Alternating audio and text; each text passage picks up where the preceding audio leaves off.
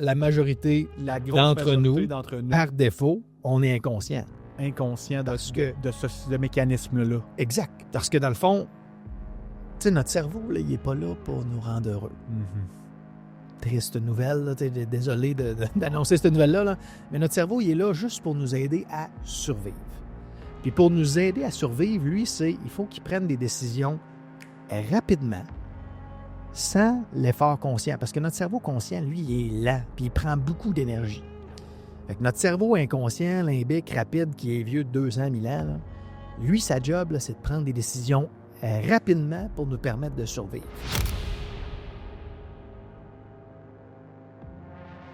Si t'aimes le contenu de Construis ton avenir avec Patrick Olivier, j'ai observé les statistiques. Les statistiques démontrent que seulement 18% des gens qui écoutent le podcast se sont abonnés à la chaîne. C'est une manière tellement facile de faire progresser le contenu et ça va aider ou impacter d'autres personnes que toi. Si tu veux m'aider, abonne-toi à la chaîne. Bienvenue à cet épisode de Construis ton avenir avec Patrick Olivier. Aujourd'hui, j'ai la chance d'accueillir un de mes humains préférés. Il ne savait pas ça, hein? Simon Gagnon-Adam, qui était présent en saison 1, mais qui a été mon coach de développement personnel, qui m'a accompagné dans toutes les étapes, autant spirituelles, intellectuelles, émotionnelles, de mon cheminement de lancer ce podcast-là, qui est Construis ton avenir, saison 4 déjà. Micro fermé, Simon me disait à quel point il était fier de ce que j'avais fait. Puis, dans le fond, on disait, c'est la constance. La première saison n'était pas parfaite, la deuxième non plus, la troisième non plus, mais la quatrième non plus, elle ne sera pas parfaite. Dans le fond, c'est un continuel chemin, c'est un processus, puis c'est de la constance qui fait toute la différence. Mais Simon, qui a été mon coach de développement personnel, qui m'a vraiment aidé à cheminer, puis moi, je lui mentionnais quelque chose que j'étais fier de lui, c'est que lui, il a tellement passé à l'action, il a écrit un livre que ça lui a pris 13 ans avant de lancer.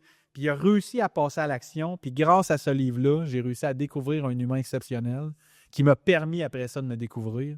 Sans lui, je ne suis pas sûr qu'on est assis ici. Nice. Regarde, touchant. Touchant. Fait que j'aimerais ça, Simon, avant qu'on commence, que tu te présentes. C'est quoi ton métier? C'est quoi tu fais habillé en super-héros, là? C'est quoi, là? Tu vas aller sauver des enfants d'un feu tantôt? C'est quoi? C'est ça. Je suis vraiment content d'être de retour avec toi au podcast. Félicitations encore pour ta 4e saison. Merci. Moi, je suis un expert en transformation du comportement humain.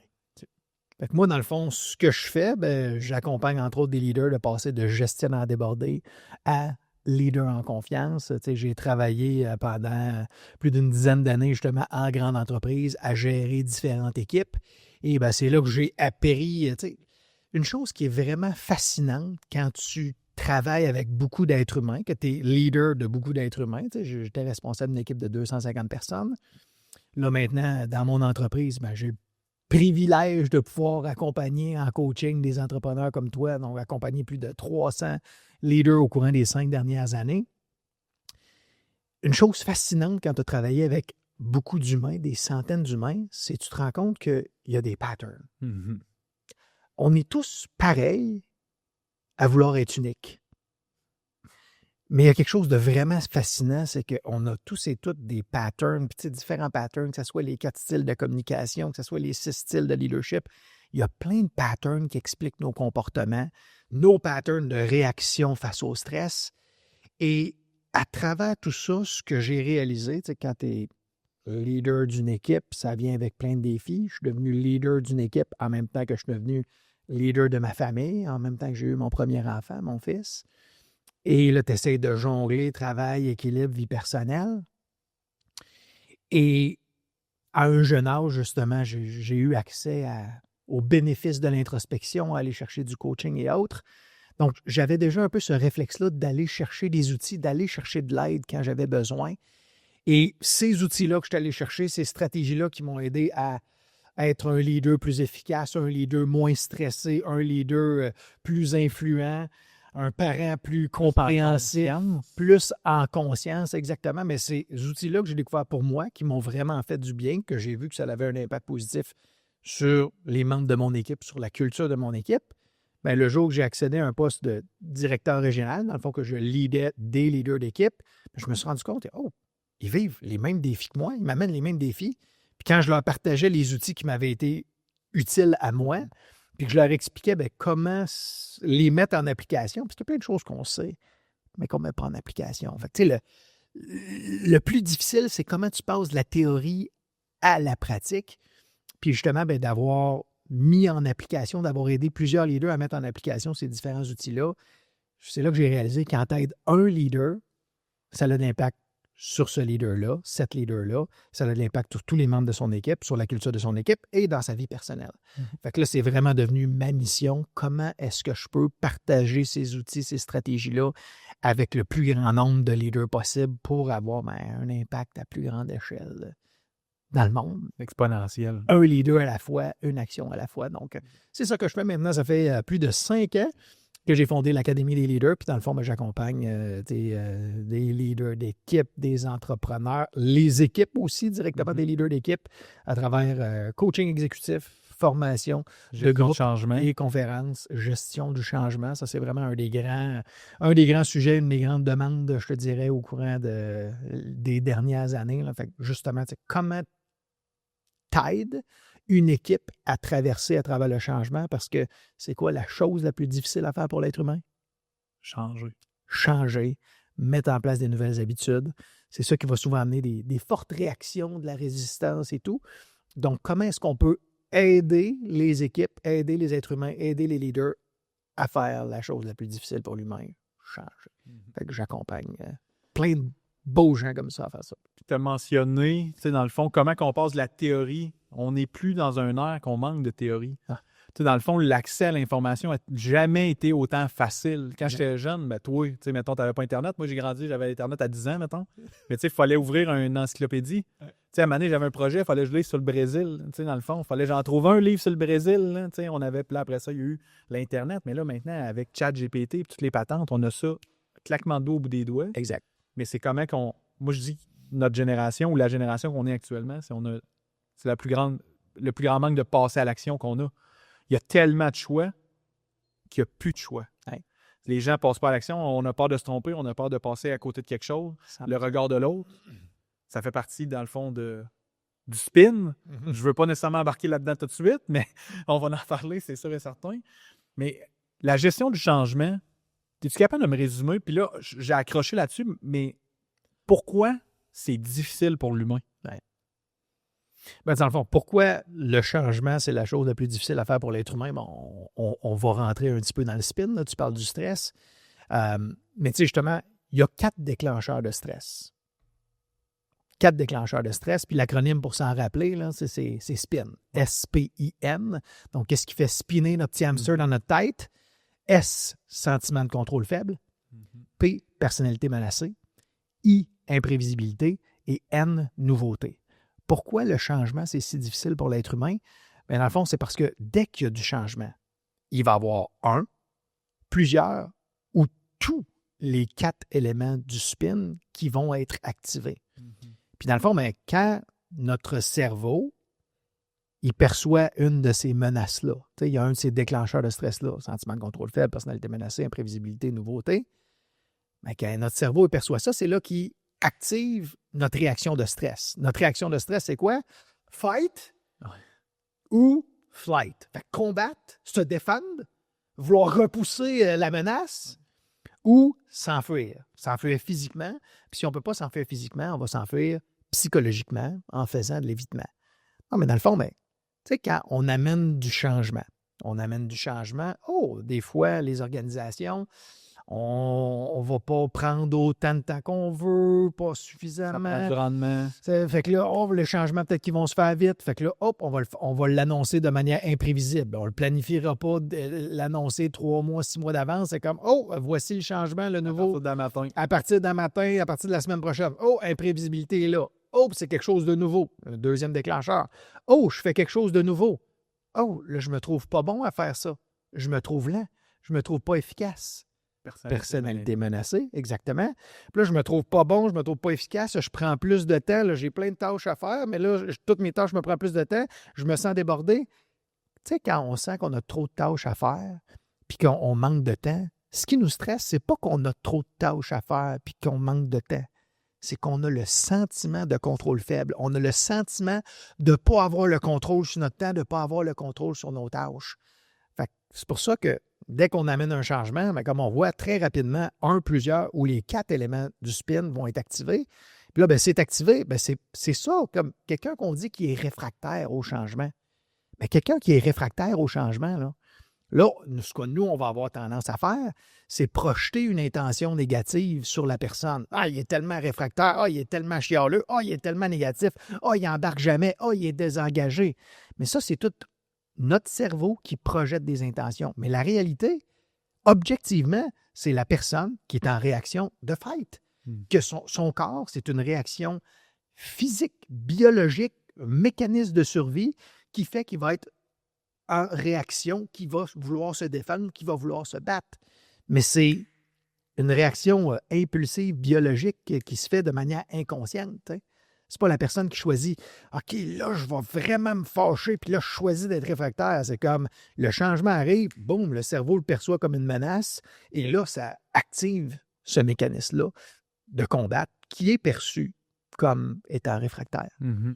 Puis ce mécanisme-là, un coup qui est décollé, ça dure 5 minutes, puis après ça, la personne est correcte. Dans un monde idéal, c'est ce qu'on aimerait, mais la réalité, c'est que chaque fois que notre cerveau va percevoir un de ces 4 éléments-là ou plusieurs de ces éléments-là qui va être déclenché, ça va sécréter les hormones de stress en nous. Mm-hmm. Mais là, tu annonces le changement. Je suis dans un meeting. Moi, je vois ce changement-là comme « Oh my God, là, ma job est-tu en risque? Oh my God, je ne serais pas capable de faire ça. Là, je suis sous le stress. » Là, tout de suite, je réagis. Là, je vais peut-être passer un commentaire. Mais là, ça ne marchera pas, cette affaire-là. On a-tu pensé à faire ci? On a-tu pensé à faire ça? Ah, tu es tout le temps négatif, toi, avec tes commentaires. Fait que là, boum, tu viens de me renvoyer un autre commentaire qui vient de personnalité menacée. Boum, aux doses de stress. Fait que là, c'est pas ça qui va me calmer. Ça vient de rajouter du stress. Fait que je suis encore plus en fait. Fait que la chose à prendre conscience, c'est que chacun de ces déclencheurs-là notre cerveau va sécréter les hormones du stress qui vont aller dans notre sang puis dans tout notre corps. Mais chacune des fois qu'il y a le déclenchement, ça renvoie une nouvelle dose. Mm-hmm. Fait que si j'ai tout le temps des nouvelles doses, puis mon système n'a pas le temps de l'évacuer, bien là, c'est la concentration d'hormones de stress dans mon sang qui augmente. Fait que je suis de plus en plus sensible et susceptible à mes réactions de fight or flight. Donc, elle est là un peu le principe de gestion de stress personnel. Qu'est-ce qui est en mon pouvoir, en mon contrôle pour que moi-même, je puisse réduire ma concentration d'hormones de stress dans mon sang. Mm-hmm. Puis 2, dans les interactions entre humains, qu'on soit leader avec les membres de notre équipe, qu'on soit entre collègues, qu'on soit dans nos relations personnelles, parce que c'est exactement la même affaire, c'est tout le temps les mêmes processus. Dans le fond, qu'est-ce que je peux faire? Pour reconnaître, je viens-tu de dire ou faire quelque chose qui vient d'activer la réponse de stress à la personne avec qui je communique présentement? OK, puis sachant ça, qu'est-ce que je fais pour ne pas rajouter de l'huile sur le feu? Parce que c'est littéralement ça. On va faire un commentaire, on va faire une action, puis ça va aller retrigger. Tu imagines que tu as le bouton de stress, là, c'est comme clic, je viens de peser sur lui. Oh, nouvelle dose d'hormone de stress, clic, je viens de faire. Fait que c'est ça l'escalade. On pèse sur le bouton de stress de 1, plus d'hormones de stress, encore plus high fight. Fait que là, il vient faire une autre attaque qui va venir peser sur le bouton. Tic, tic, tic, tic. Puis là, les hormones de stress, ça monte. Puis là, c'est là qu'on amène, on tilt, puis on fait des affaires où on dit des affaires qui dépassent notre pensée rationnelle quand on a tous nos esprits, quand on n'est pas en cette réaction de survie qui est fight or flight. Pourquoi ça dépasse notre côté rationnel? Dans le fond, c'est juste de comprendre comment notre corps, notre cerveau perçoit la réalité. Parce que là, dans le fond, mettons rationnellement, là, tu pourrais prendre un grand respire et dire, là, le logiciel, dans le fond, objectivement, c'est juste un changement de logiciel. Ouais. Ou objectivement, il y a quelqu'un qui a pris ta place de stationnement. Ou, dans le fond, mais pourquoi on reste irrationnel? Ouais. Parce que souvent, on va faire ça. Voyons, j'essaie d'y faire voir, c'est pas si pire que ça, puis il comprend pas, puis il reste jamais, c'est quasiment comme un enfant. Des fois, on va entendre ce genre de commentaires-là. Mais dans le fond, c'est comprendre comment notre cerveau fonctionne. Premièrement, on perçoit la réalité avec nos 5 sens. La vue, l'ouïe, l'odorat, toucher, goûter. Fait que là, ben, l'information de nos 5 sens passe dans notre système nerveux, ça va se rendre dans notre cerveau, puis là, ça va aller dans la première partie de notre cerveau, plus vieille, système limbique. Système limbique, là, ça, c'est partie de notre cerveau qui traite de l'information extrêmement rapidement, de manière inconsciente, et c'est là que les émotions sont générées. Mais chose intéressante à prendre conscience, cette partie-là du cerveau n'a pas la faculté du langage. OK. Fait que comment notre cerveau ultra rapide, inconscient, nous envoie des messages sur notre environnement? Qu'est-ce qui se passe sur notre environnement? Ces messages, il ne les communique pas avec des mots. Il nous les communique avec des sensations physiques qu'on appelle les émotions. Donc, la réaction de stress et les émotions qui viennent après la réaction de stress sont générées dans le cerveau limbique. Et après, l'information se rend à notre partie du cerveau plus récente, qui est le cortex préfrontal, qui, là, on a pensée rationnelle et la faculté des mots.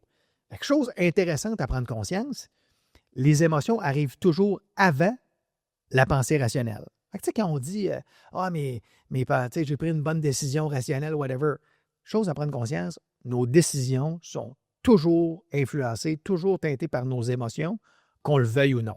Parce que les émotions arrivent avant la pensée rationnelle. Puis l'affaire qui est encore plus tordue, là, c'est notre cerveau rationnel, lui, il va juste trouver une façon de justifier pourquoi je rends ça, pourquoi c'est correct. Fait que première des choses. Puis deuxième des choses, pourquoi on ne peut pas, tu sais, dans le fond, on essaie de rationaliser avec quelqu'un. L'information va en premier aller dans le cerveau limbique, après ça dans le cerveau rationnel. Mais tu ne peux pas avoir une conversation rationnelle avec quelqu'un qui est en forte réaction émotionnelle. Parce qu'en forte réaction émotionnelle, le cerveau rationnel, le cortex préfrontal, c'est comme si déconnecté.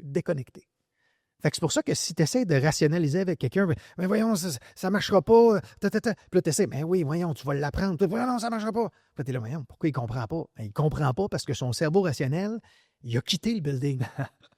Et là, dans le fond, fait que là, la clé, c'est si on va avoir une conversation rationnelle en premier, on doit être en mesure de calmer la réponse émotionnelle, de calmer le stress. Et ça, ensuite, c'est comme si, OK, we're back online, le cerveau rationnel est revenu dans la pièce. Mais c'est pour ça que l'intelligence émotionnelle, c'est important, la gestion du stress, c'est important, la gestion des émotions, c'est important, non seulement pour nous, mais aussi dans nos relations, parce que si on veut avoir des conversations rationnelles, quand on observe que la personne devant nous est en forte réaction émotionnelle, là, c'est stop les solutions, stop essayer de rationaliser. Là. C'est là, la personne, un de ces 4 déclencheurs ou plusieurs a été activé. Pourquoi? Parce que son cerveau a perçu une menace, a perçu une insécurité. Donc là, nous, OK, là, la priorité, c'est juste, on veut rassurer la personne, on veut connecter émotionnellement pour calmer l'émotion, pour qu'une fois que la personne soit calmée, tu vas le voir, la personne va faire... Puis là, tu vois que les épaules diminuent un peu. OK, l'émotion est calmée. Là, on peut parler de solution. On ne parle pas de solution tant qu'on est en forte réaction émotionnelle. 2 sujets que ça me fait penser. Quand on faisait nos formations ensemble à l'Académie des leaders, dans le fond, tu nous avais parlé de conscience de l'autre, mais également de conscience de soi. Oui. Ça, c'est la première affaire. Puis l'autre chose, c'était, je pense que je l'ai oublié, on va embarquer là-dessus, ça va me revenir. Ouais. Fait que conscience de soi. Souvent, moi, quand j'avais fait mes tests, j'avais une énorme conscience de l'autre. Fais pas ça, tu vas le déranger. Fais pas ça, il va être triste. Fais pas ça, tu vas lui faire de la peine. Ou il va être en colère. Mais moi, quand j'étais en colère ou quand j'étais stressé, je n'en m'en rendais pas compte. Exact. C'est ce que le test me sortait. Ouais. C'est-tu quelque chose qui est fréquent?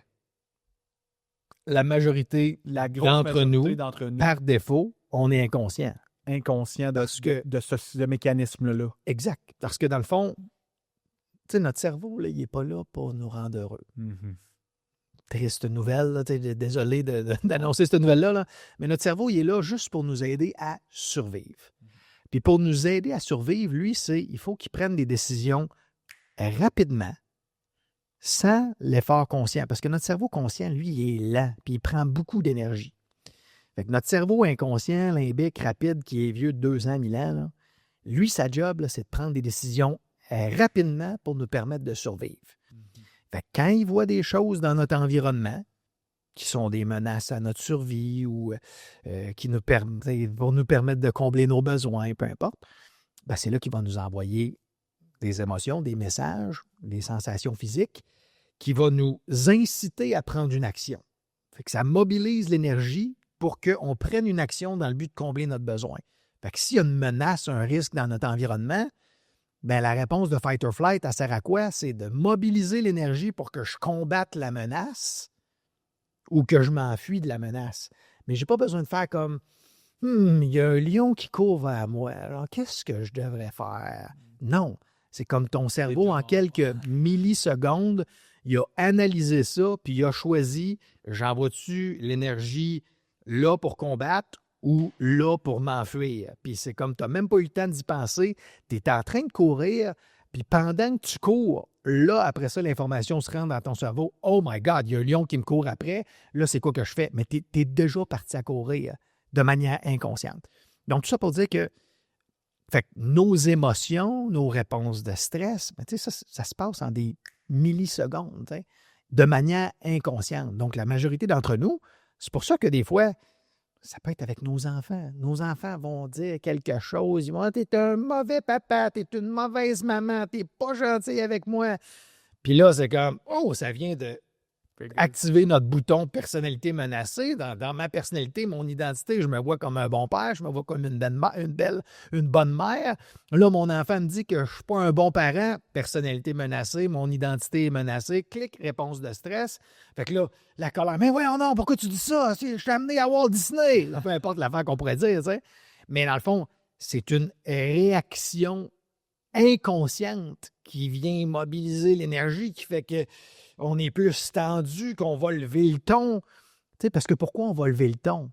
Ben, quand on tend, disons qu'il y a un lion qui court vers nous, un animal qui court vers nous, fight, l'énergie dans nos bras pour se combattre, mais aussi accélérer notre respiration pour qu'on puisse crier pour faire peur à la menace ou crier à l'aide pour que quelqu'un d'autre vienne nous aider.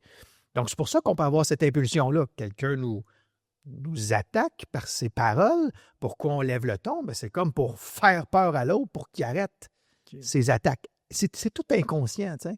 Mais c'est pour ça que quand on est inconscient, la majorité d'entre nous, par défaut, on l'est. Donc, c'est personne qui est...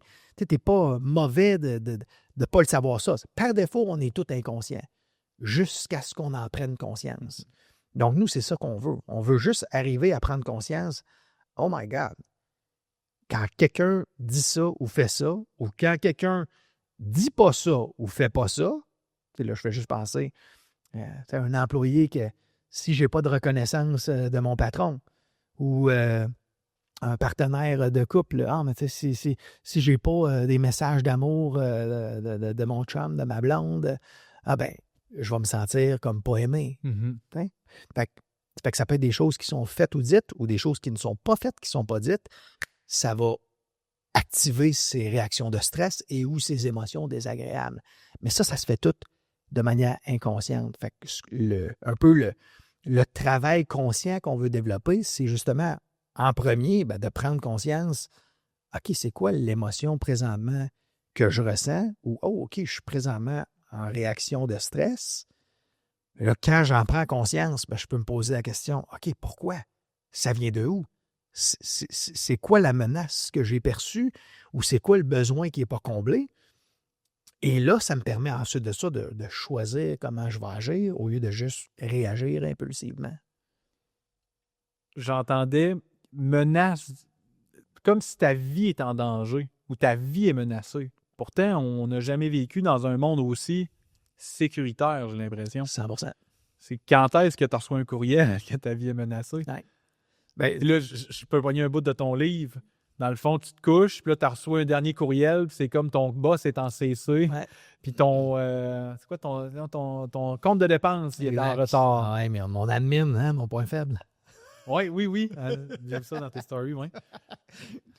Bien, parce que dans le fond, il existe 2 grandes catégories de stresseurs. Dans le fond, il y a les menaces absolues. Fait que ça, c'est des réels risques à notre survie. Un mammouth, un lion, un lion qui vient pour t'attaquer, tu traverses la rue, il y a une auto qui pourrait te frapper, un feu, tu te casses une jambe. Tu sais, ça, c'est des réelles menaces à notre survie qui... fait que ça, on appelle ça des stresseurs absolus. des menaces absolues, il y a un réel impact sur notre survie. Fait que, dans la préhistoire, c'était ça les menaces principales, des réelles menaces à notre survie. Mais là, dans le monde qu'on vit aujourd'hui, extrêmement sécuritaire, ben, les menaces absolues, les stresseurs absolus sont maintenant très, très rares. Puis là, maintenant, ben, c'est des menaces relatives, des stresseurs relatifs. Fait que ça, c'est notre cerveau qui perçoit une menace. Puis c'est pour ça ici, le mot-clé, c'est vraiment perçoit. C'est vraiment une perception parce que deux personnes différentes qui voient exactement la même situation, une personne pourrait percevoir que sa personnalité est menacée, donc ça active sa réponse de stress. L'autre personne à côté, exactement la même situation, ne percevrait pas de menace, donc n'aurait pas de réponse de stress. Mais c'est pour ça que quand on parle du spin, les 4 déclencheurs de stress, bien ça, c'est justement les stresseurs relatifs que notre cerveau perçoit comme une menace, même si c'est une menace relative, qu'on ne mourra pas. Mais la chose intéressante, c'est que ça produit exactement le même effet biologique en nous, puis ça crée exactement les mêmes réactions physiologiques en nous. C'est la réponse de fight or flight, qu'on soit face à une menace absolue, un lion qui nous saute dessus, qu'une menace relative, un courriel de notre boss avec un petit point d'exclamation rouge. Urgent. Ouais. OK. Puis, ça part de la perception. On peut faire un lien avec l'ego, là. L'ego qui est mettons, on va dire, la totalité des croyances que nous avons, autant positives que négatives. Souvent, l'ego, quand il est mal géré, c'est des croyances, dans le fond, nuisibles, des croyances. Fait que quelqu'un, exemple, les 2 enfants, j'ai vu une vidéo, je pense que c'est hier, là, ils mettent du tape, là, puis là, les 2 petites filles, une qui se met à pleurer, puis l'autre, elle trouve qu'elle joue. J'ai vu là, mais moi, je l'ai repartagé, ouais. C'est toi qui l'as partagé? Ah, ouais, c'est vrai. OK, bien parfait. Fait que ça, c'est exactement le même exemple.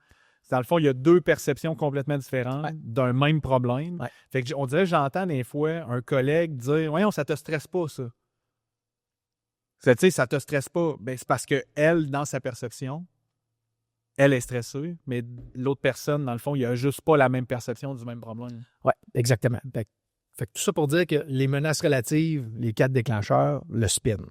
Mais là, ensuite de ça, c'est qu'on parlait des patterns, puis les différentes personnes et tout. On a parlé ensemble les 4 grands styles de communication, le modèle 10, comme disons 4 styles de personnalité. Ouais.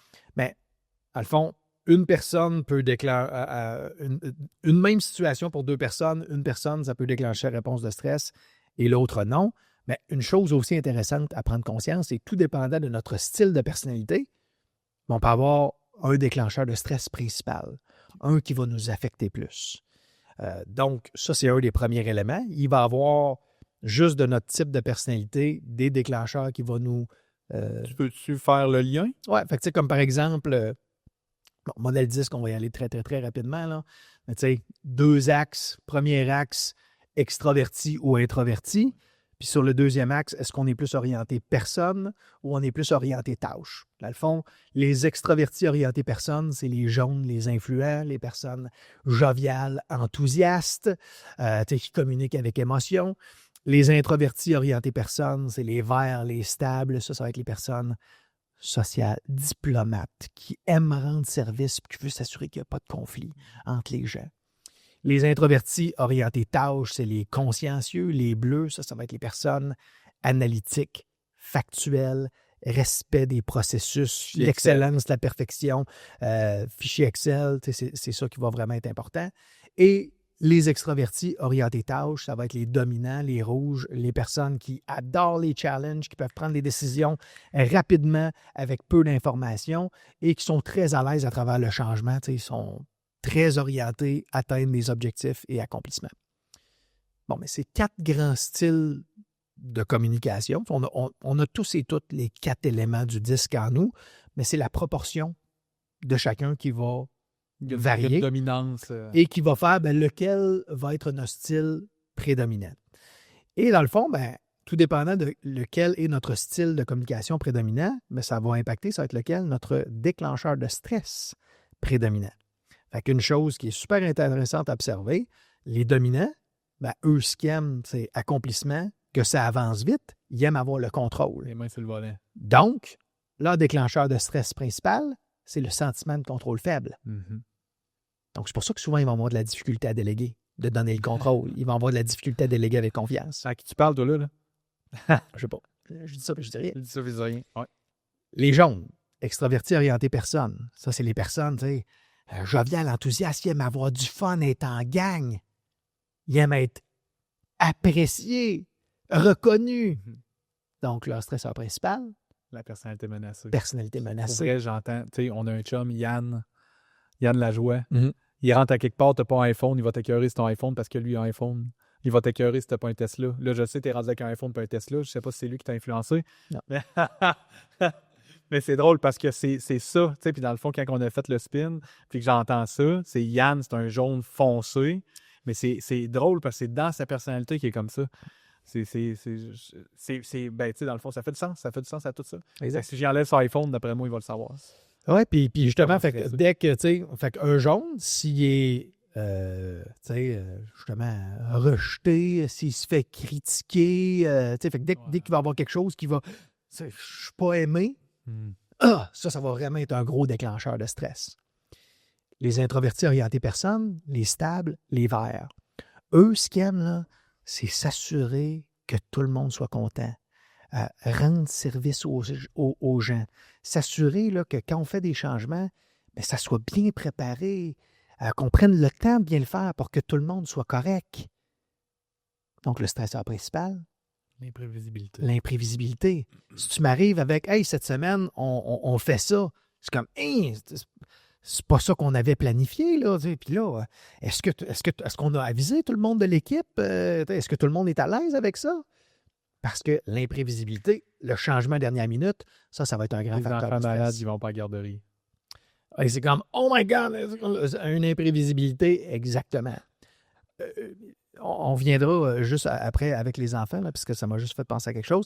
Le dernier avant ça, introverti, orienté tâche, le consciencieux. Le consciencieux, lui, ce qu'il aime, factuel, rigoureux, respect des processus. Ce que les consciencieux aiment, c'est faire les choses parfaitement. On a un processus, une procédure, on va la faire parfaitement, ça va toujours être parfait. Oh! On arrive avec une nouvelle affaire. Nouveau logiciel, Un nouveau processus. Là, c'est comme, pourquoi on changerait quelque chose que, hey, on le fait, là, puis ça va parfaitement bien, là. Pourquoi on amènerait quelque chose de nouveau, là, qu'on n'est même pas sûr que ça va bien marcher? Le stresseur principal du bleu. La nouveauté. La nouveauté. Exactement. Donc, juste en sachant justement c'est quoi le style de communication, style de personnalité prédominant d'une personne, bien, ça nous permet déjà de pouvoir émettre une hypothèse. Puis encore une fois, là, tout ce que je partage, les catégories et tout. C'est pas une feuille de papier, on reste des humains. Exact. Il y a des nuances. C'est pas une feuille de papier. Puis le but, trop souvent, ce genre d'outil-là, il est utilisé pour mettre une étiquette dans le front de la personne pour dire t'es de même, t'es un ci, t'es un ça. L'objectif, moi, comment j'encourage les gens à l'utiliser, c'est exactement l'inverse. Ce qu'on veut, on veut s'aider à pouvoir mieux comprendre l'autre. Si je me dis, OK, ben, tout ton style prédominant, c'est probablement le bleu. OK, parfait. Bon, le bleu, ben, tout ton stresseur principal, probablement nouveauté. Si j'arrive à un changement, oh, OK, qui que ça pourrait affecter? Ah oui, mon bleu, nouveauté. OK, bon, mais si je sais que tu risques d'être plus affecté, je vais être prêt psychologiquement que tu vas peut-être être plus réfractaire. Parce que réfractaire, c'est pas que tu es méchant, c'est pas que tu es désengagé. C'est ta réaction de stress, de fight. Fait que là, je sais qu'il va juste falloir que je t'aide à te familiariser avec le changement, avec la nouvelle procédure. Peut-être qu'il va falloir que je te donne plus d'accompagnement, de coaching, de formation pour t'aider à passer à travers la vague de la nouveauté puis que ça soit du connu plus rapidement. La loi normale. La fameuse loi normale, exactement. Là, ça a comme fait claque dans ma tête, mais ça fait un lien. C'est exactement La loi normale, les rouges sont en avant, les jaunes qui suivent en arrière, j'imagine. Oui, il peut y avoir un peu de ça, mais tu sais, comme... la loi normale, comment la voir? La loi normale, là, c'est une grande loi de la nature, là, plein de choses, plein de changements. Mais si on la regarde plus spécifiquement sur... pas mal, quand tu regardes un groupe d'êtres humains face à un changement, peu importe le changement, là, que tu amènes une nouvelle procédure dans ton organisation, tu amènes un nouvel outil ou une courbe d'adoption d'une nouvelle technologie, un nouveau produit qui va être vendu par une compagnie, un groupe d'êtres humains, de la manière qu'il va répondre face au changement, là, la loi normale. Fait que c'est quoi la loi normale, qu'on résume ça bien vite, là? 15% de gens là, qui vont être les early adopters, qui vont rapidement embarquer dans le changement. 70%, la majorité, là, que ça va prendre du temps, ça va prendre des essais, des erreurs, de la répétition. Puis un dernier 15% de réfractaires ou retardataires. Eux autres, ils veulent pas. Puis ça va prendre du temps. Puis c'est juste une fois que toute la vague, tout le monde l'a fait. Ah, OK, c'est beau, moi le faire moi aussi. Mais quand tu comprends ça, là, oh my God, ça permet de tellement, encore une fois, le but, c'est de mieux comprendre les réactions de l'autre, c'est de mieux comprendre les réactions d'une personne ou de mieux comprendre les réactions d'un groupe, parce que quand on ne le comprend pas, quand on n'en est pas conscient, ça revient à la conscience sociale que tu parlais tantôt, quand on n'en est pas conscient, nous, ça peut activer nos déclencheurs de stress. Voyons, tabarnak. Je te l'ai donné la semaine passée, pourquoi c'est pas fait? Exact. Parce que là, pourquoi ça nous active notre stress? Ben là, on peut dire comme « Hey, j'y ai dit, il ne l'a pas fait. C'est quoi, il ne respecte pas mon autorité? C'est quoi, il ne me prend pas au sérieux? C'est quoi, il me niaise? » Personnalité menacée, sentiment de contrôle faible, c'est ça qui fait qu'on est dans tabarnak. Fait qu'on peut toujours, quand on a des réactions, on peut toujours le ramener à ça a été quoi le déclencheur? C'est quasiment une dualité entre, mettons, tu sais, là, moi, je prends le cadran en haut, en bas parce que je suis de personnalité, on va dire, mettons, jaune, rouge, dominante. Ouais. Mais, tu sais, dans le fond, les triggers, c'est la personne en bas qui est dans la nouveauté puis dans l'imprévisibilité. Lorsque ça niaise trop longtemps là-dedans, ça vient de l'impression de me trigger moins. Exact. Fait que c'est pour ça qu'il faut en prendre conscience puis s'en occuper. Ben oui, parce qu'à vrai dire, c'est... Fait que exactement, tu sais, dans le fond, où il va y avoir plus de tension dans les relations, ça va être dans les styles opposés. Donc, par exemple, le rouge, il aime avancer vite, on aime les défis, on va avancer vite, on veut prendre plein d'actions. Son opposé, le vert, ben lui ou elle, ce qu'elle veut, c'est s'assurer que tout soit bien préparé, que ça se fasse bien, que ça se fasse lentement. Elle a un rythme différent. Donc, je veux avancer vite, je veux qu'on fasse des changements. Ah, mais là, on a-tu bien préparé? OK, ça va prendre du temps pour s'adapter et tout. Puis là, voyons, non, pourquoi tu mets des bâtons dans les roues et tout? Mais là, voyons, toi, ça va être beau, la dictature, tu sais. Mais tu sais, ça va être ça, les dynamiques typiques entre les verts et les rouges. Mais c'est pas juste à la maison que je pense à ça. Ah, partout. Exact. Mon ancienne associée était verte, puis j'étais rouge. Puis elle disait souvent, voyons, tout le temps des changements. Exact. Puis tu sais, ça, je lisais un livre aux 2 semaines, fait que j'arrivais avec une nouvelle idée aux 2 semaines. On avait une réunion aux 2 semaines. Ben oui, exactement. Cette semaine, on fait ça. Moi, c'est correct, c'est implanté. Moi, dans mon agenda, là, c'est fait. Hey, ouais. Mais moi, je n'étais pas conscient de ça. Ben exact. Mais là tu arrives avec ça. Tu as super bonne idée, bonne intention, positif. Tu veux aider les gens à s'améliorer, évoluer. Tu amènes la nouveauté. Là, la personne, imprévisibilité, clic, déclencheur de stress. Oh, regarde-moi. Là, toi, tu reprends ça comme, pourquoi on se mettrait des bâtons dans les roues? Pourquoi freiner? Pourquoi freiner notre évolution? Ça va nous permettre d'augmenter les résultats. Fait que là, ton sentiment de contrôle faible, c'est ça qui est activé. Fait que là, de nos personnalités opposées, qu'on a des besoins opposés, puis qu'on a des déclencheurs de stress opposés, c'est ça qui fait que, moi, mon comportement, j'avais une bonne intention. Mon but, c'était pas de te faire chier, là. Oh, oui. Mais ma bonne intention a trigger ton bouton de stress, puis ma réaction sous stress trigger ton bouton de stress. Puis là, clic. C'est le même, on va dire, sujet, 2 perceptions différentes. 100%. On regarde les 2 bords de la médaille, mais d'un bord et de l'autre. Exact. Et puis il y en a un qui dit, moi, c'est pile, l'autre, c'est face. Les 2, on regarde la pièce. Exact. Puis là, dans le fond, comment tu arrêtes l'escalade? La seule manière que tu arrêtes l'escalade, c'est ça prend... L'aide d'avocat. Oui, c'est ça. Mais à vrai dire, c'est quand... Ça peut mener là. À vrai dire, c'est quand tu n'arrêtes pas l'escalade, c'est là que ça arrive à des entrepreneurs. À des ruptures de relations. Puis peu importe le type de relation. Rupture de partenariat d'affaires, mais l'aide d'avocat pour qu'on gagne. Amitié, on ne se parle plus. Puis on reste dans le ressentiment pendant longtemps. Couple, séparation et tout. Mais ça, tu sais, dans la majorité des cas, c'est parce qu'on n'est même pas conscient que on est juste dans cette escalade-là parce qu'on ne comprend pas la réaction de stress de l'autre. Comment est-ce qu'on coupe ce cercle vicieux? Ça prend juste une des 2 personnes. Puis cette une des 2 personnes-là, ça doit toujours être commencé par soi, que nous-mêmes, on devient conscient de « Oh, OK, là, quand là, la personne a réagi comme ça, elle ne réagit pas contre moi. C'est sa réaction pour elle, pour se défendre que son cerveau a fait. Mais là, quand on prend conscience de ça, c'est là que nous, on veut s'adapter.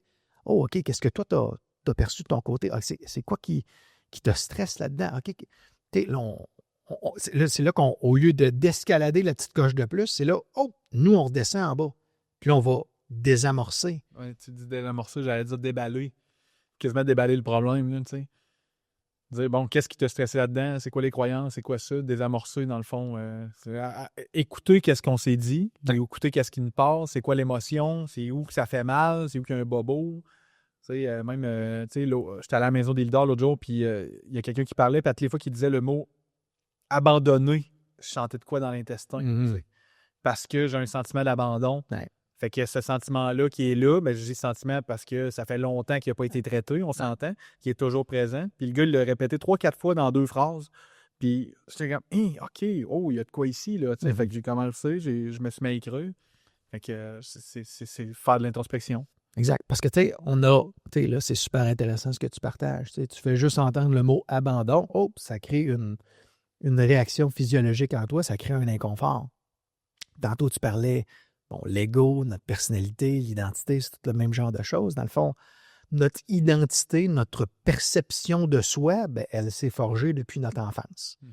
Depuis notre enfance, avec nos parents, nos amis. Dans notre enfance, c'est là que notre cerveau a créé son modèle de la perception de la réalité. Puis c'est notre cerveau, lui, ce qu'il fait, encore une fois, ce qu'il fait, lui, c'est pour nous aider à s'adapter à l'environnement. Lui, il fait des raccourcis dans sa tête. Des shortcuts. Des shortcuts pour aider à prendre des décisions plus vite. Fait que c'est pour ça que quand on est jeune, tu apprends que quand tu touches un rond, c'est chaud, ça fait mal. Touche pas au rond. Toucher un rond de poêle, ça fait mal. OK. Quand je dis telle affaire à ma mère, ça crée une forte réaction. Je suis peut-être mieux de ne pas dire ça. Marcher sur le feu. Marcher sur le feu. Il y a une réaction. Ouais, mais justement, marcher sur le feu. Non, exact, mais ça, c'est un trigger, mais là, on va aller essayer ça. Oui, exactement. Fait que là, tout dépendant. Fait que là, on développe des croyances comme ça. Des croyances que marcher sur le feu, ça fait mal. Oui, parce que justement, le feu, toucher au feu, ça fait mal. Donc, on développe des croyances. Notre cerveau crée des croyances qui nous permettent de prendre des décisions plus rapidement quand on est jeune.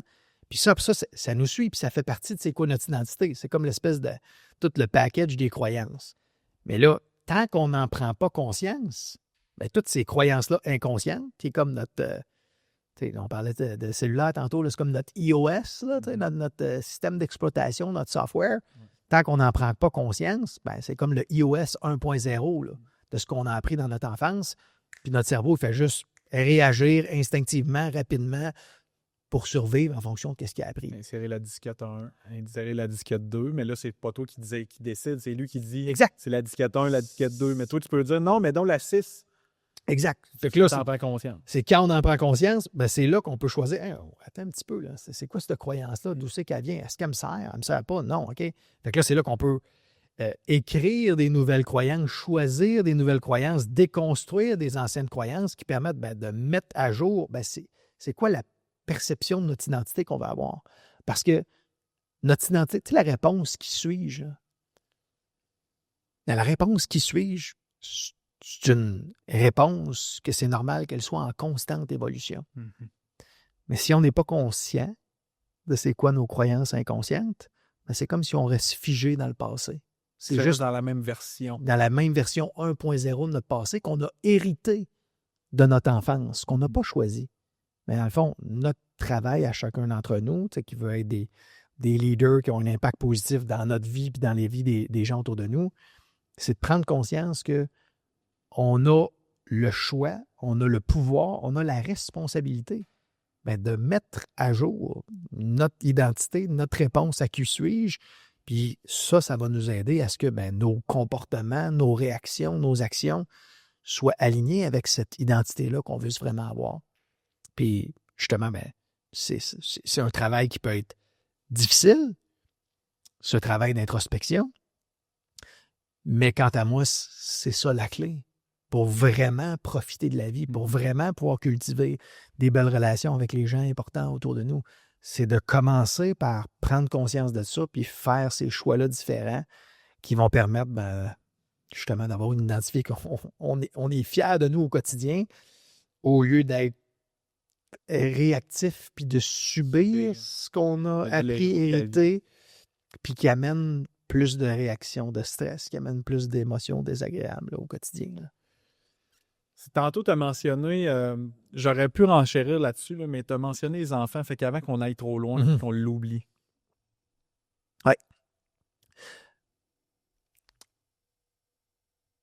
Nos enfants, tu sais, premièrement, tout ce qui est régulation émotionnelle. Tout ce qui est régulation émotionnelle, tu sais, justement, on est en réaction de stress, prendre conscience qu'on est en réaction de stress pour mieux réguler comment on va faire. Ben, tu sais, ça, c'est géré par notre cortex préfrontal, notre cerveau rationnel.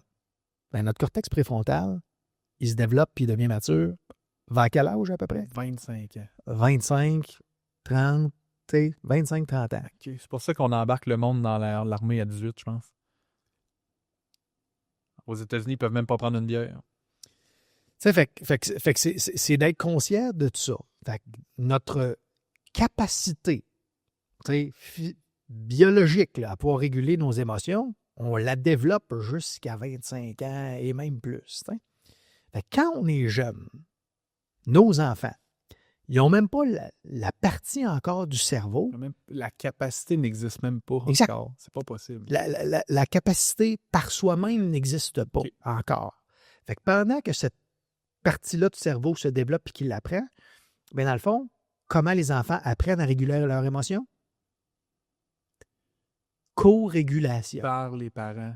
Par l'exemple. Exactement. C'est par la co-régulation. Fait qu'ils apprennent par mimétisme. Oh, ben s'il se passe tel genre d'affaires, oh, ben maman réagit comme ça. Oh, ben ça veut dire que quand il se passe telle affaire, c'est normal que je réagisse comme ça.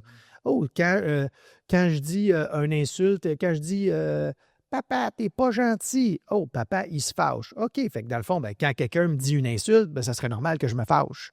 C'est comme ça que les enfants apprennent. Premièrement. Puis dans le fond, ben, c'est les mêmes 4 grands déclencheurs de stress. Fait que tu sais, des fois, là, quand dans notre monde, dans notre vie, que tout va vite, puis qu'on va enchaîner plein d'affaires. OK, le matin, on se dépêche, on fait la routine. Ah ouais, on embarque dans le char, il faut aller à l'école. Puis là, après ça, durant le week-end, OK, on se réveille, on va faire telle activité. OK, on s'en va au hockey. OK, on s'en va chez les amis. Tout. Puis là, des fois, c'est comme nos enfants, ils jouent à des jeux. Puis ils sont en train de jouer, puis là, on dit « OK, c'est beau, là, on va on ramasse, on s'en va. » Puis non, je veux pas m'en aller, je veux continuer de jouer, là, 5 minutes de plus, là. Puis là, on est là comme hey, « tabarnouche, là, je te dis de t'en venir. Ah ouais, viens-t'en, là. » Puis là, c'est comme « OK, puis là, on va dire « OK, là, mon enfant, il a un trouble d'opposition. » Ton enfant, il n'a pas un trouble d'opposition parce que quand tu lui dis d'arrêter de jouer, puis qu'il embarque, il ne fait pas tout de suite arrêter. 4 déclencheurs de stress. Sentiment de contrôle faible, personnalité menacée, imprévisibilité, nouveauté. Imprévisibilité. Je te dis, arrête de jouer right now, on s'en va. Imprévisibilité. Juste là, boum, tu as un déclencheur de stress. C'est pour ça qu'entre autres, avec nos enfants, c'est important de pratiquer ça, de cultiver ça, de les prévenir d'avance. D'amener cette prévisibilité-là. Parce que nos enfants, là, c'est des êtres vulnérables. Ils ont besoin de nous pour assurer leur sécurité. On est comme les gardiens de leur sécurité parce qu'ils sont vulnérables sans nous. C'est juste un fait. T'sais. C'est nous, notre responsabilité de les protéger, de créer le cadre sécurisant puis de les aider à apprendre à mais comment dealer avec les réactions de stress puis les émotions que ça amène. Mais une des choses, entre autres, qu'on peut faire, c'est nous, nos actions. Bien, de prendre conscience quelle action va aller peser sur le bouton de stress de mon enfant?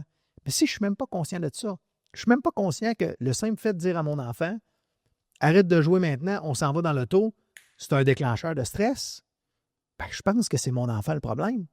Parce que je ne sais pas quoi d'autre. Mais quand j'en prends conscience, c'est là que je peux dire « OK, hey, il te reste 10 minutes pour jouer, après ça, on va s'en aller. » OK, c'est bon. Il reste 5 minutes, après ça, on va s'en aller. OK, c'est bon. OK, il reste 2 minutes, c'est quoi la dernière chose? OK, parfait, 1 minute. OK, là, maintenant, on s'en va. Fait que le fait de l'amener, cette transition-là, ça fait que l'enfant, il va pouvoir faire la transition beaucoup plus agréablement avec moins de réactions de stress. Hein. Tu as parlé de mimétisme. Ouais. Est-ce que l'enfant va imiter le même déclencheur de stress qui est fort chez le parent? Exemple, l'imprévisibilité. Fait que s'il y a une imprévisibilité pour l'enfant, c'est-tu Le père, mettons, lui, l'imprévisibilité, il s'en fout parce qu'il y a des gens qui sont moins réactifs à cause de la personnalité. Fait que est-ce que l'enfant, il va avoir un miroir sur le facteur de stress dominant ou ça n'a aucun lien? Il a sa propre personnalité. Puis... C'est intéressant. Puis là, encore une fois, là, on va juste donner des lignes directrices ou des grands principes pour s'aider à comprendre. Moi, la question en arrière de ça, c'est plutôt si toi, tu réalises que, mettons, tu es stressé par la nouveauté, mais tu vas peut-être être plus aware ou conscient de regarder la nouveauté chez ton gamin. Oui, mais fait que justement, en premier, là, c'est quoi notre personnalité? Fait que c'est pour ça que si toi, tu es un rouge, puis c'est le sentiment de contrôle faible qui est ton trigger principal, ben, tu sais, si ton enfant, il est plus tempérament vert, puis on le voit, là, nos enfants, là, ils peuvent venir du même père-mère, puis ils ont des personnalités différentes. OK? Fait que c'est pour ça que des fois, on va faire la même affaire avec les deux. Il y en a un, il chiale, puis l'autre, il est super content. Il y a des gens qui pensent que mon premier est adopté, puis le deuxième me ressemble plus. C'est ça. Exact. Fait que c'est pour ça que le stresseur principal va plus être en lien avec sa personnalité, son type de personnalité. Fait que c'est pour ça que toi, quelque chose pourrait te stresser, lui, ça ne le stressera pas, et vice-versa. Mais les enfants, entre autres, ce qu'ils vont apprendre. Puis probablement la chose la plus importante à prendre conscience, là, puis j'ai lu un livre qui est à la fois enrichissant, mais aussi troublant. Quant à moi, tout le monde devrait le lire pour mieux comprendre vraiment comment on est et comment on réagit. Le livre s'appelle « The Body Keeps the Score ». En français, le corps se souvient de tout, quelque chose de genre. Puis dans le fond, ça parle à quel point la majorité de nos réactions quand on est adulte, là, puis c'est nos réactions face au stress, notre perception face au stress, des symptômes comme l'anxiété et autres choses, on peut pas mal ramener pratiquement tout ou la grande majorité à l'enfance. Dans le fond, en notre enfance, là, quand nous, on est des parents, pratiquement notre responsabilité numéro 1, là, c'est notre enfant, il apprend à découvrir le monde. Il apprend à comment interagir dans le monde. Puis, dans le fond, il y a comme un mix de explorer le monde. Puis quand il explore suffisamment loin, il arrive à la limite de sa zone de confort. Ça fait peur. Il revient vers son parent pour se faire sécuriser. Puis quand il s'est fait sécuriser, OK, je peux repartir, explorer le monde avec mon indépendance, mon autonomie. Puis dans le fond, c'est ça l'expansion, l'évolution d'un enfant.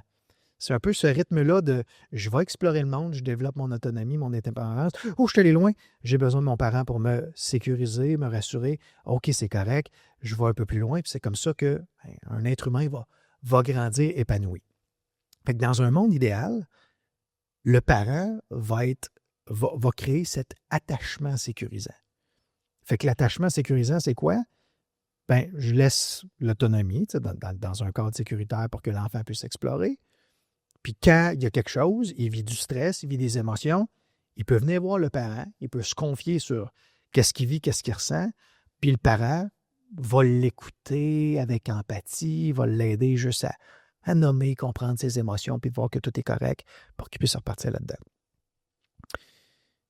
Mais dans le fond, quand on n'est pas conscient de nos propres réactions sous stress, notre enfant, il vit une réponse de stress, il nous dit « T'es un mauvais père, t'es une mauvaise mère, tu fais jamais rien pour moi. » Puis là, quand on réagit fortement, quand notre enfant vient nous partager ses émotions, bien là, ce que ça va faire, c'est que l'enfant qui vient vers nous pour se faire rassurer, calmer son état émotionnel, nous, on va l'empirer. Mm-hmm.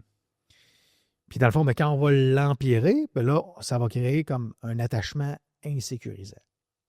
Puis là, attachement insécurisant, mais si des fois on vient, puis des fois c'est correct, puis des fois il vient, puis hop, on pète une coche, là, mon parent, cette fois-là, quand je vais me confier, il va-tu m'écouter? Là, je ne sais pas. Là, oui, des fois, oui. Fait que là, cette insécurité-là, c'est ça qui va créer un peu cette anxiété-là, je peux-tu ou je peux pas? Je peux-tu, je peux pas. Je ne sais jamais sur quel pied danser. Des fois, ça marche, des fois, ça marche pas. Je ne sais pas c'est quoi les règles. Mais ça va créer comme l'attachement anxieux. On dirait que tu parles de mon enfance avec mon père. Puis l'attachement anxieux, c'est quoi le driver numéro 1? La part numéro 1 qui est derrière l'attachement anxieux? Avec la personnalité menacée? Non, même pas. Là, on ne parle pas des déclencheurs de stress, c'est la peur numéro 1. Tu l'as nommé tantôt, tu sais, ton point qui fait mal ici?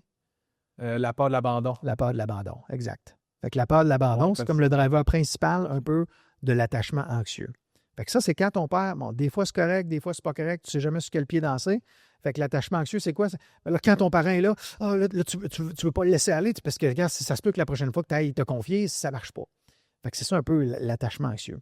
Puis de l'autre côté, c'est si à chaque fois que tu vas voir ton parent, il n'est pas là physiquement, il n'est pas là émotionnellement, tu vas te confier, tu vas dire que tu as une émotion. Mais voyons non, hey, pleurer, c'est pour les faibles. Tu sais, comme systématiquement. Mais là, tu apprends à dire comme, hey, partager mes émotions, là, ça, c'est dangereux. On ne fait pas ça. On garde tout ça pour soi, puis on s'arrange nous-mêmes. Ça, c'est l'attachement évitant. Pas pleurer de 14 à 24 ans. Donc, ça, c'est de notre enfance. Dans le fond, comment on a appris par co-régulation en regardant les comportements de nos parents.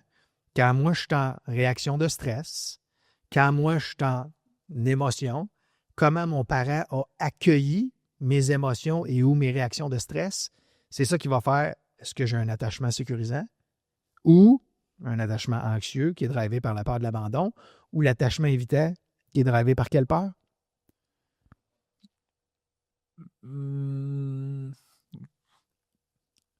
L'attachement fuyant. C'est pas. J'ai l'impression que c'est quelqu'un qui a trop été couvert. Ça se peut-tu? Donc, tu n'as pas assez de liberté, non? Non, à vrai dire, l'évitant, ça va être souvent l'inverse. Là. C'est débrouille-toi tout seul. Okay, puis même ça a été valorisé qu'il s'arrange tout seul, puis qu'il ne parle pas de ses problèmes, puis qu'il ne parle pas de ses émotions. Fait que la peur principale sous les comportements de l'attachement évitant, c'est la peur de la vulnérabilité, de la vulnérabilisation. OK, je ne l'aurais même pas. Je n'aurais même pas de capable de te le dire. Fait que dans le fond, c'est la peur de dès que tu partages tes émotions, oh, c'est dangereux. Okay. Fait que là, le cerveau, il a appris. Tu fermes ta gueule, tu ne parles pas de tes émotions, tout est beau, tu t'arranges tout seul. Fait que ça, c'est l'attachement évitant. Fait que nous, ce qu'on veut, le but, là, c'est pas d'être parfait. Le but, là, c'est pas « Hey, j'ai fait ça une fois, mon enfant va être évitant ». Non. C'est dans la majorité des comportements et tout. Puis peu importe ce qu'on a fait, on peut tout le temps réparer. C'est ça qui est la beauté, là. Mais nous, ce qu'on veut, on veut être le parent qui va développer un attachement sécurisant avec notre enfant. Puis comment on va faire ça? Ben, c'est d'accueillir ses émotions, d'accueillir ses comportements, pas de le juger, pas de le critiquer, pas de dire qu'il n'est pas bon, pas de dire que je t'aime juste quand tu fais tel ça. Parce que tout ça, ça vient activer le déclencheur du stress de personnalité menacée.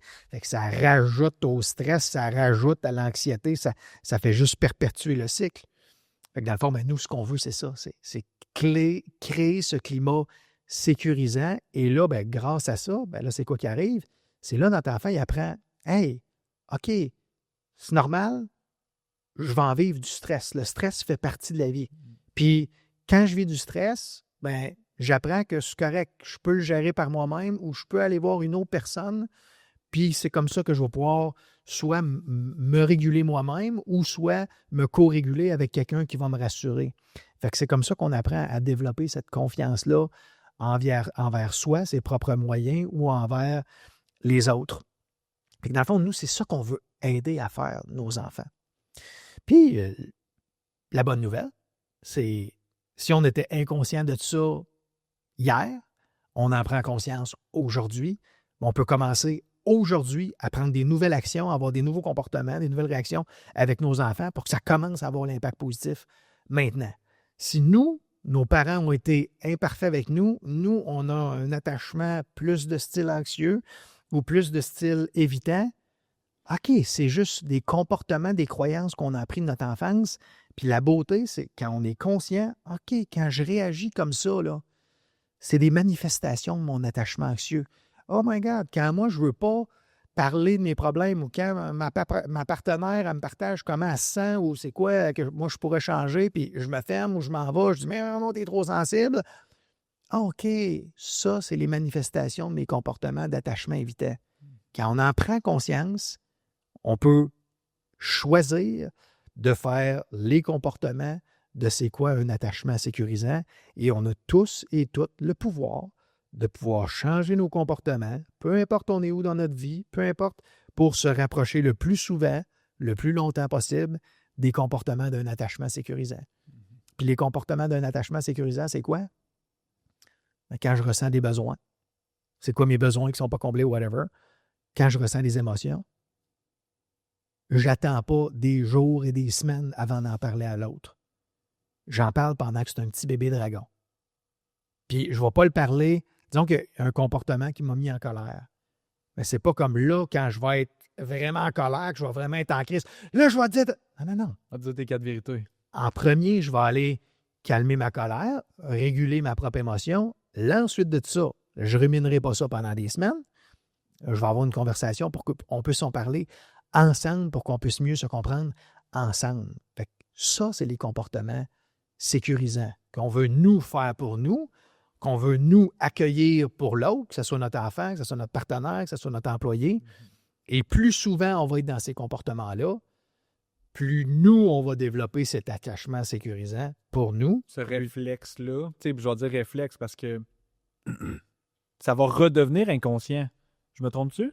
Exact. Dans le fond, ça va donner à force de le faire, des comportements qu'on va faire consciemment, mais des comportements qu'on va faire consciemment, qu'on va répéter. Éventuellement, ça devient une habitude. Puis une habitude, c'est quoi? C'est notre nouveau programme automatique qu'on fait de manière inconsciente avec moins d'efforts. Version 688. Exact. Fait que là, c'est pour ça que ça va faire que, tel genre de comportement, au lieu que, ça arrive, puis là, bang, tout de suite, je pèterai les plombs, je dirais rien, ou là, je lancerai plein de petites pointes, ou quand avec des amis, dans des soupers d'amis, là, je lancerai plein de petites pointes. Ben, là, au lieu de faire ça, là, je prends conscience, OK, ça, c'est des comportements types de mon attachement anxieux. Quand je fais ça, que j'envoie plein de petites pointes, au lieu d'avoir une vraie conversation respectueuse entre deux, chaque fois que je fais ça, chaque petite pointe que j'envoie, ben, ça vient trigger personnalité menacée de l'autre. Donc, l'autre, il va être en fight or flight. Fait ça, l'autre aussi, il va réagir de sa propre manière.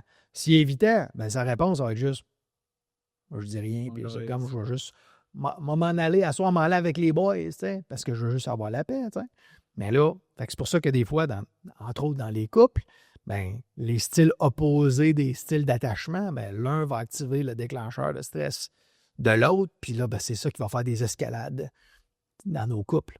Mais encore une fois, quand on comprend c'est quoi les déclencheurs de stress, quand on peut prendre conscience, qu'est-ce que je dis, qu'est-ce que je fais, de voir la réaction de l'autre, ça l'a peut-être déclenché son stress, puis que moi, je fais l'effort conscient de mieux choisir ce que je dis, ce que je fais, pour être plus sécurisant, pour m'assurer que je ne vais pas peser sur tes boutons, ou si accidentellement j'ai pesé sur un de tes boutons, je désamorce, ou si je me suis rendu compte que je me suis mal géré, que j'ai peut-être inconsciemment, ou j'ai peut-être voulu un peu peser, ben, je vais m'excuser.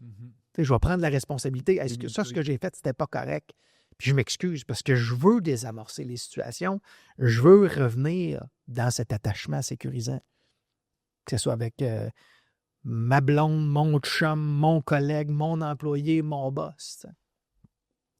On a parlé tantôt, là, je refais un lien parce que je viens de mentionner version 688. Puis là, tantôt, tu as dit les gens, mettons, qui ne réalisent pas qu'ils ont le spin, qui ne réalisent pas qu'ils ont le pouvoir de changer le logiciel, puis qui ne travaillent pas ça, il reste la même version 2. Ouais. Je veux faire un lien avec la gestion du changement. Quelqu'un qui gère mal son stress, il gère mal le changement, mais à quel point ça peut le laisser en dehors du bateau ou du train, tu sais, dans le fond, il peut-tu passer à côté d'opportunités à l'emploi, il peut-tu passer à côté d'opportunités. Quelqu'un qui ne réalise pas qu'il devient stressé dans le changement, qui ne passe pas à l'action, on s'en va dans un air de changement, là. Mais on est dedans, là, on s'en va pas dedans, on est dedans. Pas mal là, déjà dedans. Avec dedans. l'intelligence artificielle. Que ça s'accélère encore plus. Dans le fond, quand on n'en est pas conscient de comment on réagit face au changement, que peut-être on réagit plus, parce que, encore une fois, tout dépendant du style de personnalité, c'est comme, il y a des gens qui, eux autres, sont très à l'aise dans le changement. C'est comme, OK, je le vois comme un défi, puis oui, il n'y en a pas de problème, il y a des solutions. Puis il y a d'autres types de personnalités qui peuvent être, naturellement, vont réagir plus au changement, vont être plus affectés. Ça va avoir par défaut. Puis le mot-clé, c'est vraiment par défaut. Par défaut. Ça ne fait pas partie de leur force innée de s'adapter rapidement au changement. Si quelqu'un il décide consciemment d'être fâché, ben dans le fond, il faut que ça soit vraiment grave. Là. Ouais. Normalement, il faut que ça soit par défaut, c'est une réaction inconsciente. Là, Exactement. Fait que c'est pour ça que quand on n'est pas conscient que c'est juste moi, de la manière que je suis faite, je réagis plus face au changement versus l'autre personne qui, elle est bien à l'aise et tout. OK, bon, c'est juste, moi, je suis comme ça par défaut. Mais c'est un muscle qu'on peut travailler. Mm-hmm. On peut travailler sur comment je m'adapte davantage au changement, comment je peux changer ma perception face au changement, quand je vais être. Quand mon corps va réagir, mon cerveau va percevoir une menace, là, je vais être sous l'impact du stress, des hormones de stress en moi. Qu'est-ce que moi, c'est en mon pouvoir que je peux faire là pour désactiver la réponse de stress en moi, pour me calmer? Donc, qu'est-ce que je peux faire? Fait que, quand je prends conscience de ça, OK, j'ai du pouvoir sur, avant mon stress, mon stresseur, qu'est-ce que je peux faire pour m'entraîner, pour être plus adaptable, plus flexible au changement. Pendant une réaction de stress, qu'est-ce que je peux faire pour mieux me gérer là? Puis après avoir vécu du stress, qu'est-ce que je peux faire pour, justement, libérer le stress chronique? Fait qu'il y a plein de choses comme ça. Oui. Et justement, plein de choses comme ça qui sont à... J'attrape deux choses dans ce que tu viens de dire. Tu as dit le mot « entraîner » et « libérer mon stress ». Oui. Tu as des exercices? Ouais. C'est un cahier Canada que tu ouvres. Tu achètes ça où? Chez Renaud Bré. Tu fais les exercices A, B, C, 2. C'est comme ça marche? Bien, dans le fond, tu veux apprendre c'est quoi les exercices qui ont des impacts. Tu sais, dans le fond, quelqu'un qui entend ça, là, qui dit « OK, je pourrais m'entraîner à gérer mon stress lors des changements. Ouais. » Où? Tu vraiment. L'école gestiondustress.com. Non? C'est vraiment, bon. C'est peut-être un autre domaine qu'on va acheter d'ailleurs. C'est vraiment, bon, j'offre une formation en gestion du stress. Je fais du coaching justement aussi pour accompagner des leaders comme ça. Mais tu sais, plein d'outils ou d'autres ressources aussi super intéressantes. Sonia Lupien, c'est une des sommités au Québec. Des excellents livres. Par amour du stress. Par amour du stress. À chacun son stress. Le stress du travail, stress au travail versus stress du travail pour télétravail et tout. Donc, des superbes livres là-dessus. Mo Godot, Unstressable, très intéressant. Andrew Huberman aussi, qui a plein d'informations super pertinentes dans son podcast. Mais tu sais, si j'avais à donner quelques petits outils, premièrement, quand notre cerveau perçoit une réaction de stress, perçoit une menace dans notre environnement. Un des 4 déclencheurs de stress, fait une perception de menace dans l'environnement. Notre cerveau, ce qu'il fait, lui, le stress, là, c'est pas ça la menace. Le stress, c'est pas notre ennemi. Le stress, c'est notre cerveau perçoit une menace, un ennemi dans notre environnement, puis le stress, c'est l'arme que notre cerveau nous donne à notre corps, l'énergie additionnelle pour combattre la menace, l'ennemi, ou pour s'enfuir de la menace, l'ennemi. Le stress, c'est notre ami. Le stress, il est nécessaire à notre survie, à la survie de l'humanité, à l'évolution de l'humanité. Mais ce qu'il faut comprendre, c'est que quand notre cerveau perçoit ça, il envoie un excédent d'énergie dans nos bras, dans nos jambes, dans notre corps. Et là, le problème, c'est si je suis à mon bureau, tous les jours, envoyer des courriels, puis là, je suis full.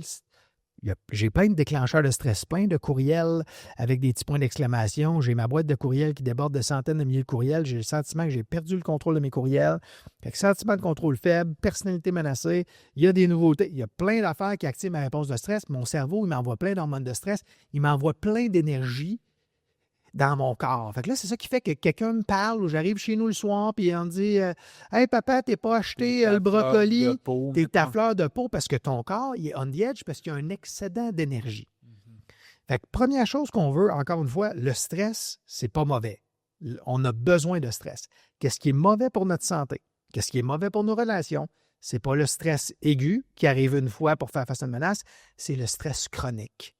C'est le stress qui reste accumulé dans notre corps. C'est le bouton du stress qui est tout le temps collé, qui est tout le temps pesé.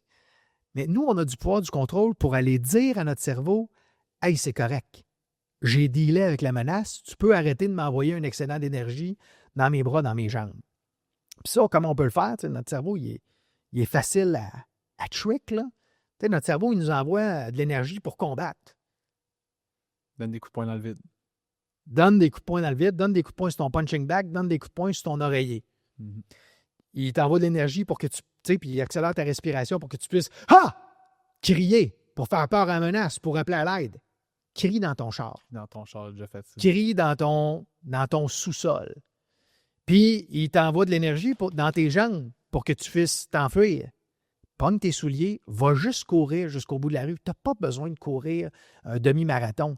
Mets tes souliers, cours de ton plus vite jusqu'à temps que tu sois épuisé jusqu'au bout de la rue. Tu vas le voir. Ton niveau de stress va avoir diminué. Pourquoi? Parce que ça va envoyer le signal à ton cerveau « It's OK, j'ai dealé avec la menace ». Et là, bon, quelqu'un qui écouterait ça, il pourrait dire comme « Ouais, on est niaiseux puis tout ». Mais dans le fond, là, maintenant que tu sais ça, tu as deux choix. Soit tu fais pas ça, ton stress reste accumulé là, puis là, quand un de tes employés, un de tes collègues, ta blonde, ton chum, ton enfant va dire un petit commentaire, là, quand tu ne l'auras pas choisi, pas voulu, Ça va exploser. pow! C'est là que ça va sortir. Ou tu choisis, non, moi je vais libérer cette énergie-là dans un climat de sécurité, quand je suis tout seul dans mon sous-sol. Je ne crierai pas sur mon enfant quand il va me dire « Ah, t'es pas bon, tu me fais jamais rien pour moi. » Je ne crierai pas là pour faire sortir mon stress. Quand je vais être tout seul dans mon char, en sécurité, là, je vais tout le sortir, puis je vais être plus zen après.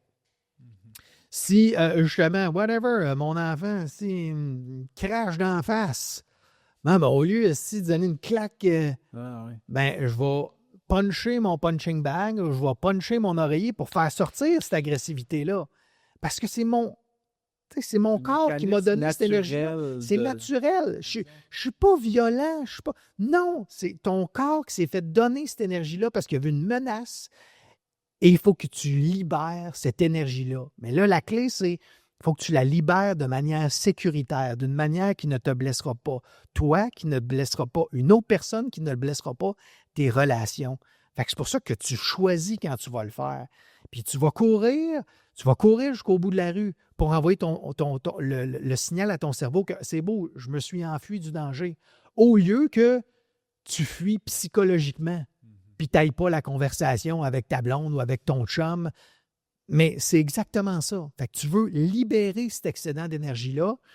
Puis si tu le fais, j'en parlais ce matin en coaching avec un entrepreneur que j'accompagne. J'en ai parlé la semaine passée. J'en parle dans tous mes coachings de groupe. J'en parle tout le temps.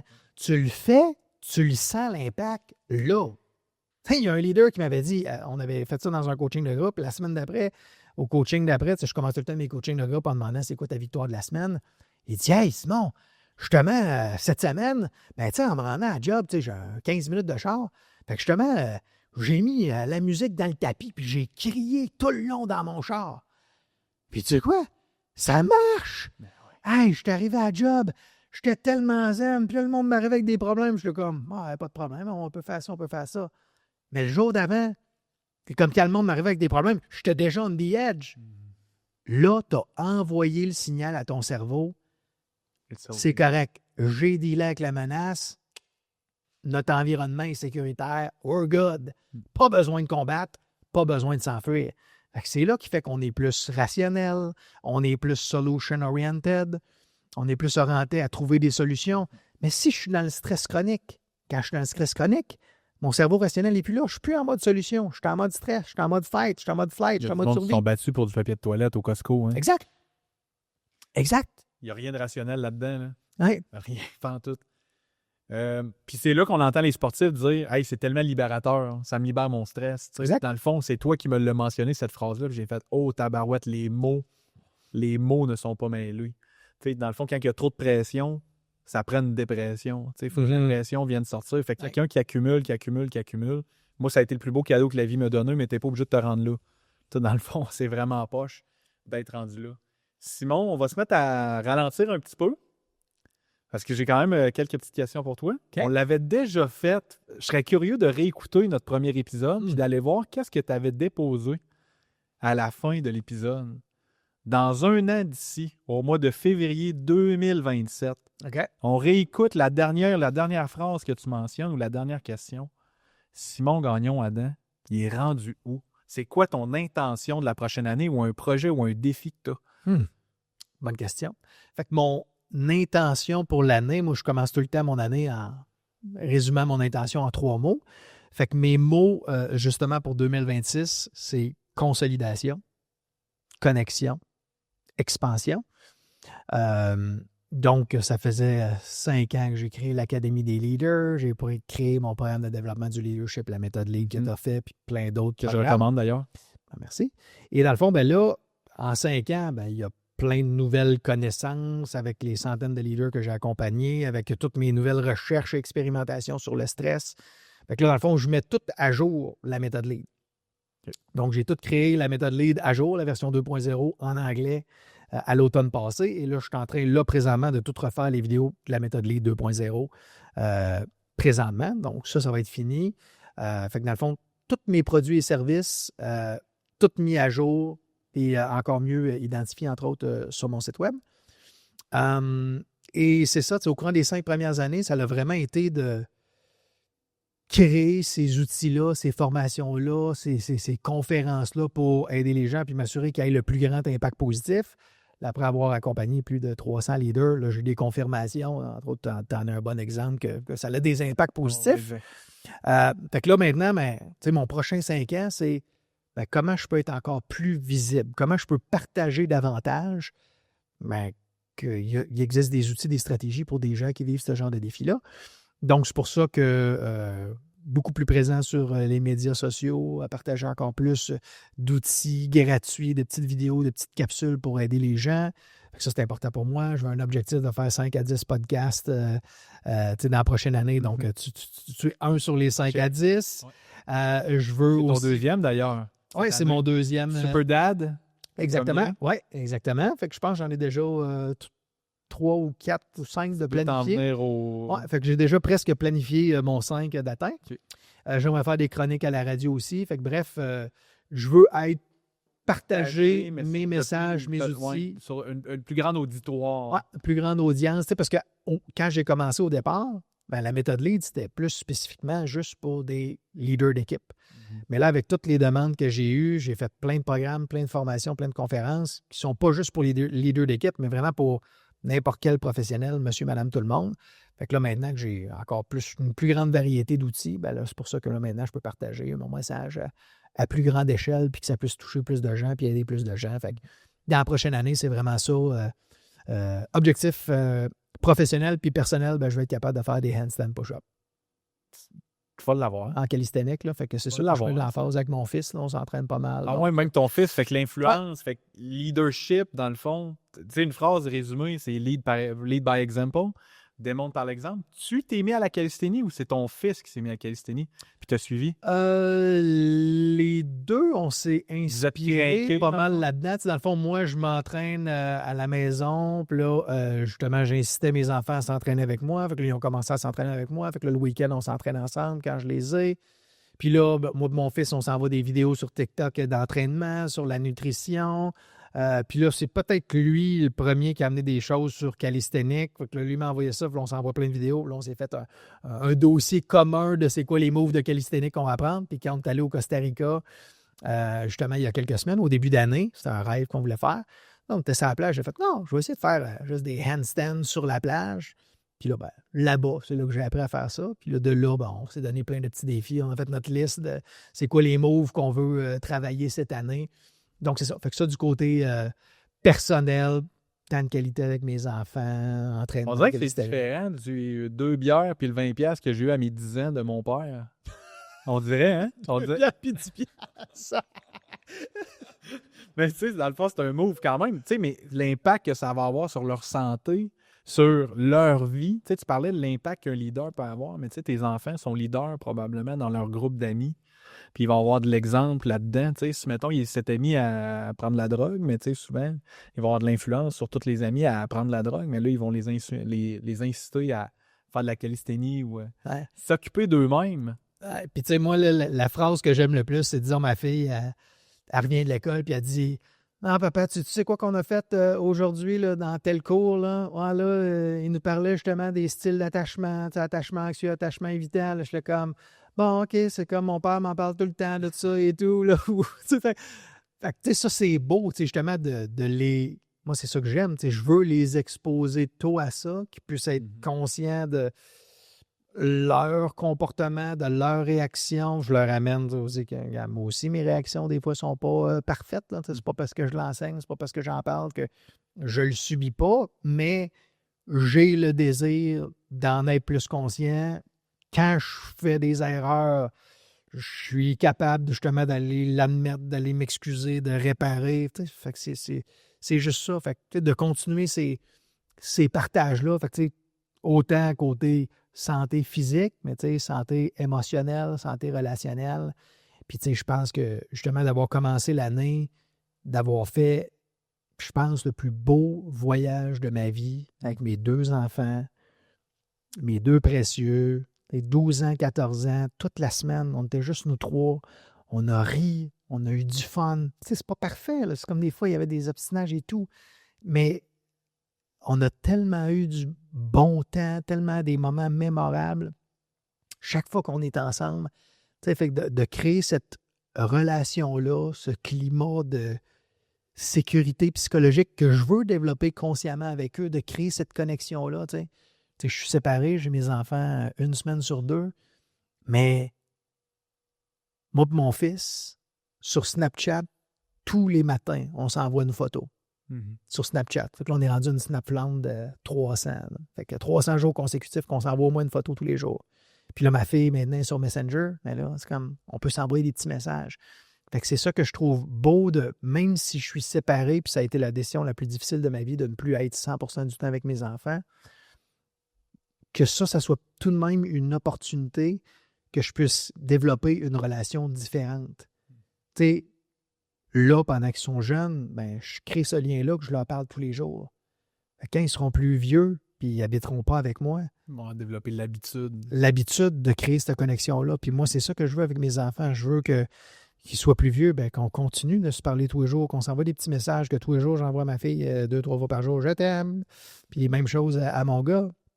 Ben moi, c'est ça que je veux. Je veux qu'ils sachent que peu importe que je sois là physiquement ou que je ne sois pas là physiquement, je suis toujours là pour eux. Je les aime inconditionnellement pour qui ils sont, pour qu'est-ce qu'ils font, puis que peu importe, tout peut toujours s'améliorer, se réparer. On peut apprendre de toutes les situations, puis à travers là-dedans, mais je veux juste qu'ils évoluent, qu'ils apprennent, puis que je vais être là à leur côté à travers ce beau parcours qui est la vie. Tu sais. Excellent. Ben, merci de ton partage, puis je trouve que c'est sincère. Je le trouve un petit peu émotif, d'ailleurs. Quand je parle de mes enfants, c'est quoi? Exact. Quand tu parles de ça, c'est quelque chose qui te tient à cœur. Puis, tu sais, dans le fond, mec, tu vois, sur ton lit de mort, tu te rappelleras pas de ton Tesla puis de ton iPhone, là. 100%. Tu vas te rappeler de ton voyage au Costa Rica avec tes enfants, puis de la fois que tu as fait un handstand, puis que tu t'es planté la face dans l'eau salée, probablement. Oui, exactement. Puis qu'il y avait 7 enfants qui riaient de moi. Yeah, mais c'est vrai qu'en même temps, c'est des souvenirs comme ça, c'est l'expérientiel qu'on vise. Ouais. Puis juste, puis tu as dit quelque chose, tu sais, à ta mort. Moi, j'ai fait un exercice extrêmement puissant qui s'appelle la visualisation de tes funérailles. Mm-hmm. Puis justement, que tu visualises puis t'écris à ta mort. Qu'est-ce que les gens vont dire de toi? Tu sais, qu'est-ce que tes enfants disent de toi? Qu'est-ce que tes amis te disent de toi?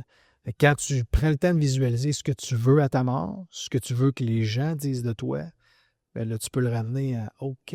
Ça te donne une vision. Ça te donne une vision de, bien, pour que les gens disent ça à ma mort, bien, c'est quoi les comportements que je veux avoir aujourd'hui? Et donc, là, je peux choisir, bien, c'est ça que je veux faire, ça que je veux mettre de l'effort, du focus, même si c'est difficile, mais je veux développer ces nouveaux muscles-là. Très fort. Ouais. Simon, merci mon ami. Merci beaucoup pour ton partage. Ça a été un réel plaisir. Je pense que tu as pris de la confiance depuis notre dernier podcast. J'ai l'impression de te trouver plus enligné que jamais. Il s'est passé 2 ans quand même, 1 an et demi, 2 ans là, depuis qu'on a enregistré ce premier épisode-là. Ouais. J'ai l'impression que tu es on target, mon ami. Ouais. Continue. Puis, je te dirais, pour faire un lien avec le changement, c'est les 2 dernières années ont été les 2 années que j'ai vécu le plus de changements. Et c'est grâce à ces changements, c'est grâce à ces défis que j'ai pu développer ce calme intérieur, d'avoir choisi. Puis, parce que le changement, il est inévitable. Fait que vraiment, la compétence la plus importante à développer pour les êtres humains maintenant et ce qui s'en vient, c'est de développer notre capacité à être résilient face au changement, à vouloir apprendre, à vouloir évoluer à travers le changement.